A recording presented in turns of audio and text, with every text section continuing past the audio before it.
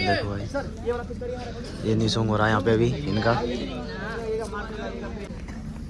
So hello guys, आपका स्वागत है हमारे न्यू व्लॉग में। आई होप आप सब ठीक होंगे।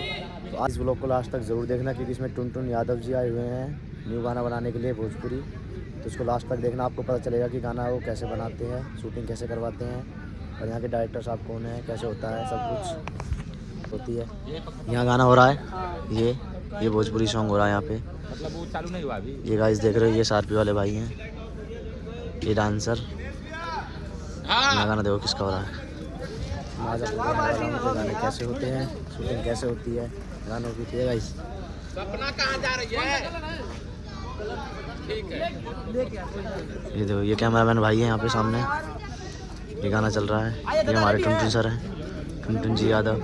कैमरामैन था आपको स्वागत है, देखते रहिए, सपोर्ट बनाए रखिए, कमेंट करें, सब्सक्राइब करें, लाइक करें। Thank you.